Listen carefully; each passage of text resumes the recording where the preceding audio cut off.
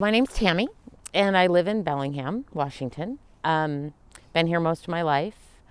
I have always believed that we have a higher power, and I know we have guardian angels. I've always had somebody watching out for me. My dad passed when I was 3, so I was blessed to have my own guardian angel. When I was in my early 30s, I was in a rollover car accident. The only spot in the vehicle that wasn't completely crushed was where I was sitting, and they couldn't believe I walked away. It was ironically on the anniversary of the day that we buried my dad. I've made random statements like conversation with family about things and predicted things in people's lives and didn't even know I was doing it until down the road a piece, and we went back and said, "You said this, and do you realize you said that?" So I try not to do that anymore. My experience though with the paranormal as far as the spirit world, I got divorced when my son was a year and a half, and we moved in and lived with my grandmother, who lived in the same house that she was raised in. And she and her sister had lived there most of their lives, all of their lives. My great aunt, who was one of my dearest friends, passed away in February of 2003, and my son was born 9 months to the day later. And I'd been trying to get pregnant, and we'd given up. So there you have it. So when my son and I moved in with my grandma, we went to bed at night, and he would say his prayers, and then he would wave to the corner of the bedroom and say, "Night-night, Yadi, night-night." And I'm like, "Who are you talking to?" And he's like, "The lady, Mommy, the lady." Like, "There's a lady?" And he said, "Yeah, say night-night." Okay, I said, "Good night, Auntie Pat," because he was waving to the corner where her room was. My son never met my aunt. He was born after she died. So this went on just about every night. And about 3 months after we moved in with my grandma, she had this hall table in her living room that had family photos, and she would rotate them around. And we were on our way out the door, and he stopped and grabbed a picture and went, "Mommy, it's the Yadi, it's the Yadi." And it was my great aunt. So I knew she'd always was with me, and that just reinforced it, because what 2-year-old is going to make that up? So flash forward to a year later, we moved into our own apartment, and over at Brampton Court, which is over the old mine shafts. So when we first moved in there, I'm a candle person, and I had all these little candle-y things and little doodads on my walls and things, and I would come home and stuff was moved. And I'm like, okay, come on. Nobody should be in my apartment but me.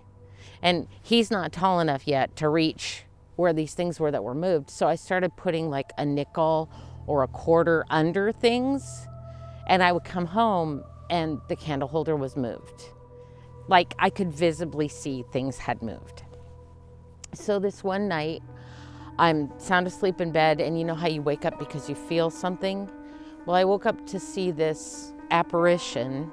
Blue and green are my colors, and this tall, thin man in a vest with blue and green stripes, pinstripes on it, and he had no face, but he was leading my son from the hallway that went into the dark living room. He was guiding him behind him into my bedroom. So he had turned him around and was guiding him back to me, and I laid in my bed and I watched this being walk my 3-year-old to my bed. And as soon as I took my son's hand, he disappeared. Okay, said thank you. Because, who wants their 3-year-old to wake up by themselves in the dark? So about 3 weeks later, I'm sleeping, and again, I can feel something, and I wake up, and there's a woman in an old-fashioned pinafore apron with her hair up in a bun and blue and green stripes, and again, no face, standing at the foot of my bed. And I startled a little bit, and she went away.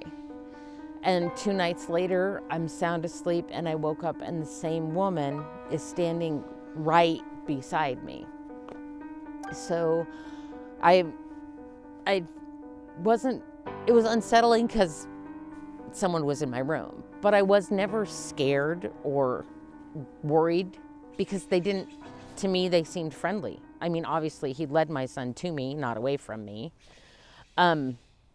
So about probably 2 or 3 months later, I told friends my story, and they kind of, yeah, sure, right, whatever. And I'm like, no, really, I'm not kidding. And we were down at the swimming pool at the apartment, and this lady that lived there said, oh yeah, there are beings here. She said, my towels get moved all the time, and my shoes, they take them from the front door and put them over on the carpet, off the walkway and onto the carpet. And I'm like, so there's clearly. And she said, but what I did was, she said, my mom told me to say a prayer and tell the person that, you're free to go back or to move on to your next step. And so that's what I did. I went back to my apartment and I said, I'm not sure who you are or why you're here. I thank you for the things you've done for us, but I hope you can help someone else. And then I never saw them or heard from them again. So 3 years ago, I started working at a cemetery. And I was in the office, and there's this doorbell chime that all it plays is bing, bong, nothing else.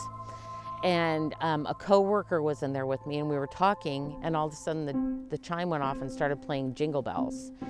And ironically, he was joking with me about, well, you've been here 2 months now, have you seen any ghosts? And we were laughing, and the doorbell chime went off and played Jingle Bells. And he's like, did you hear that?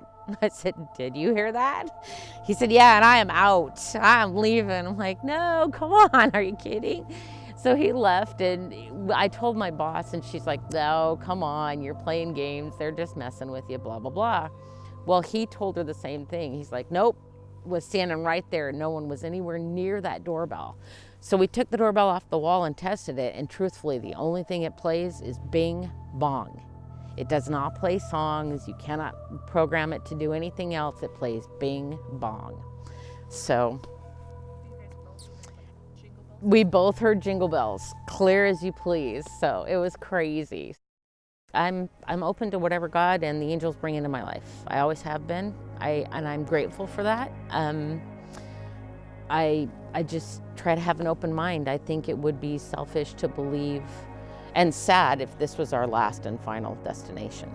Open your mind and your heart and listen to that still small voice within.